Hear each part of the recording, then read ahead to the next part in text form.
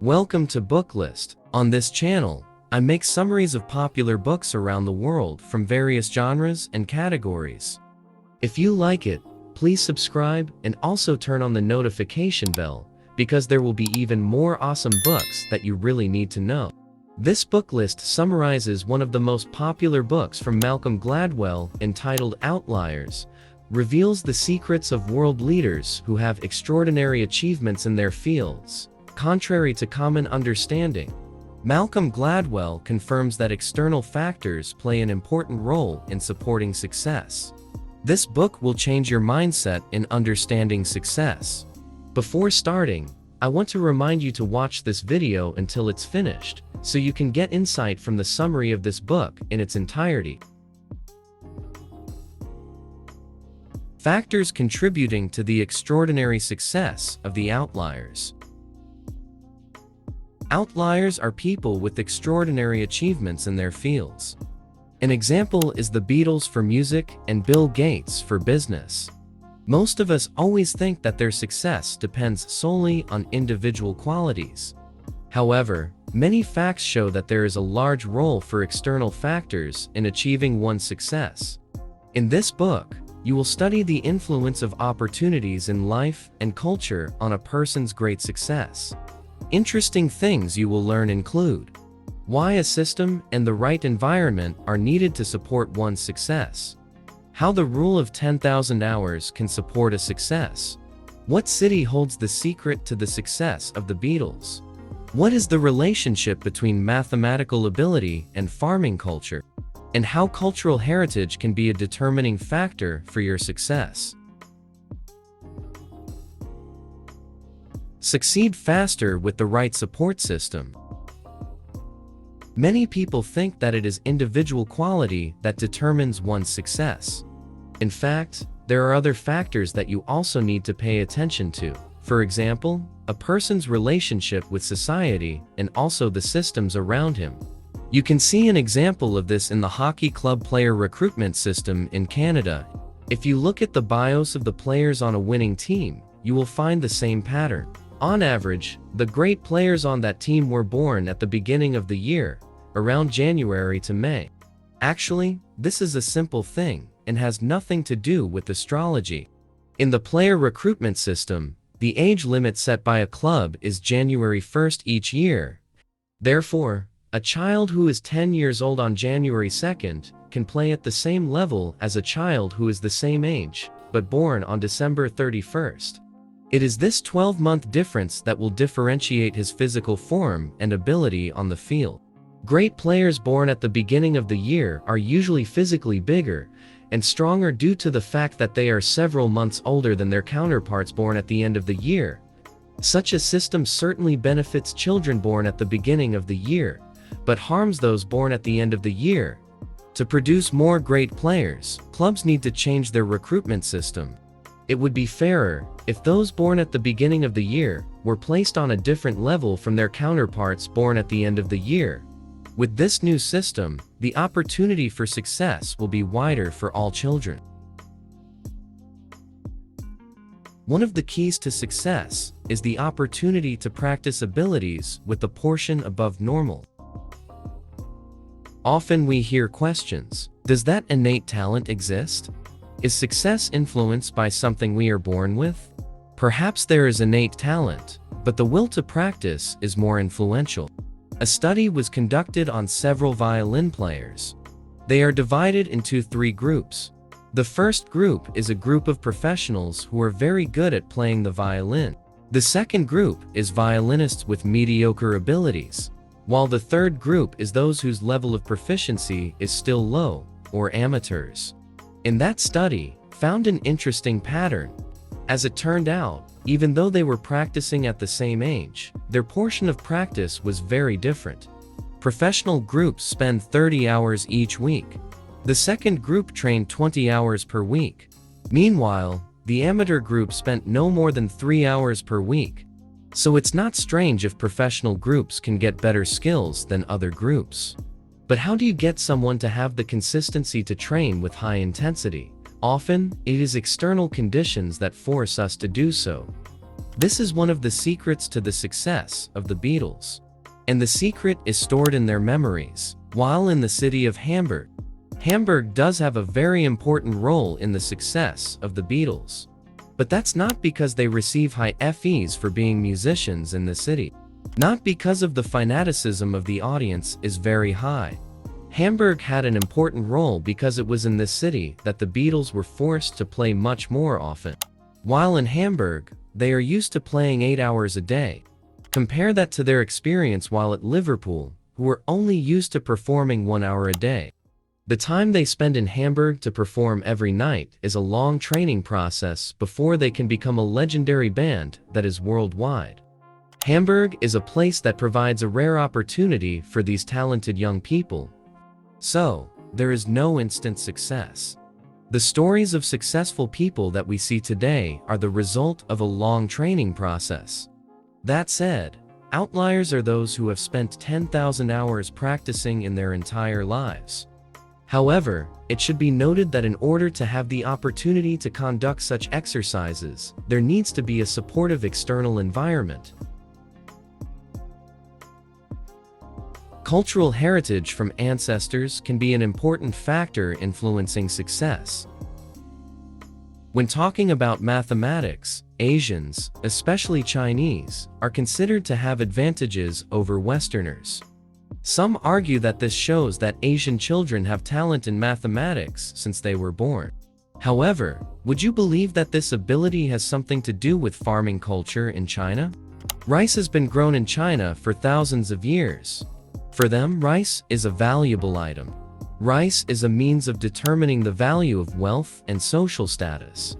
An anthropologist named Goncalo Santos, who studies traditional Chinese village life, reveals, for the Chinese, rice is life. Historically, agriculture in the West used more mechanical tools in every process.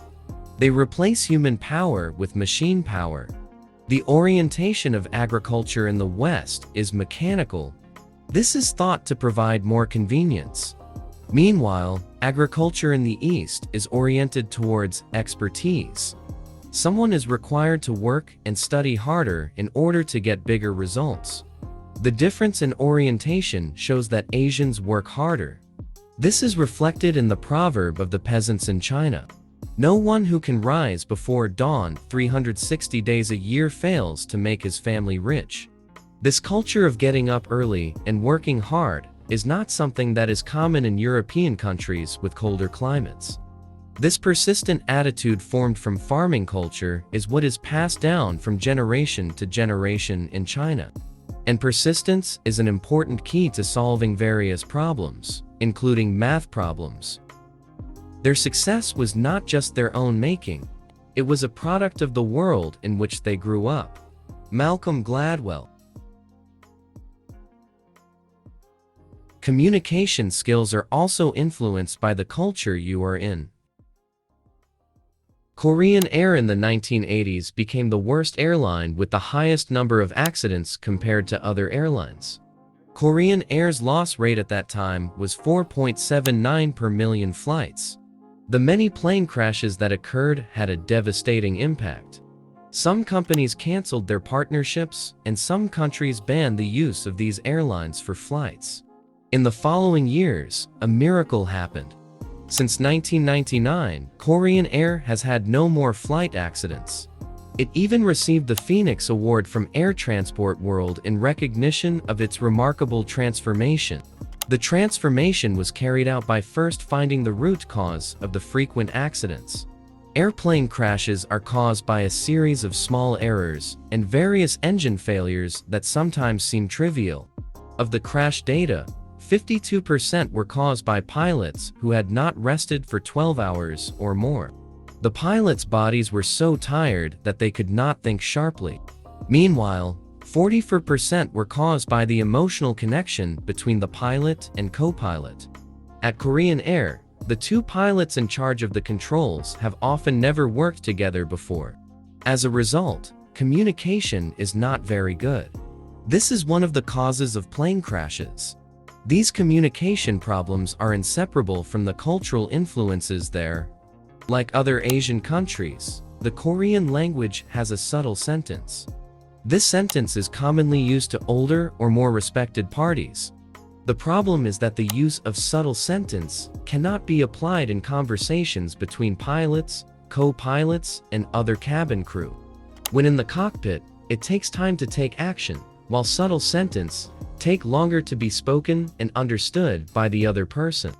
The influence of culture on Korean communication styles can also be seen in their power distance index score. This is one of the indices used by Professor Geert Hofstede to measure the difference in values between one nation and another. The power distance index is about one's attitude towards superiors or higher structures. Some countries have a smaller index number, which means the relationship between superiors and subordinates is more equal. Meanwhile, in Korea, this index is quite high. This means that there is a wide emotional distance between a superior and a subordinate. This is also the case between a pilot and a co-pilot.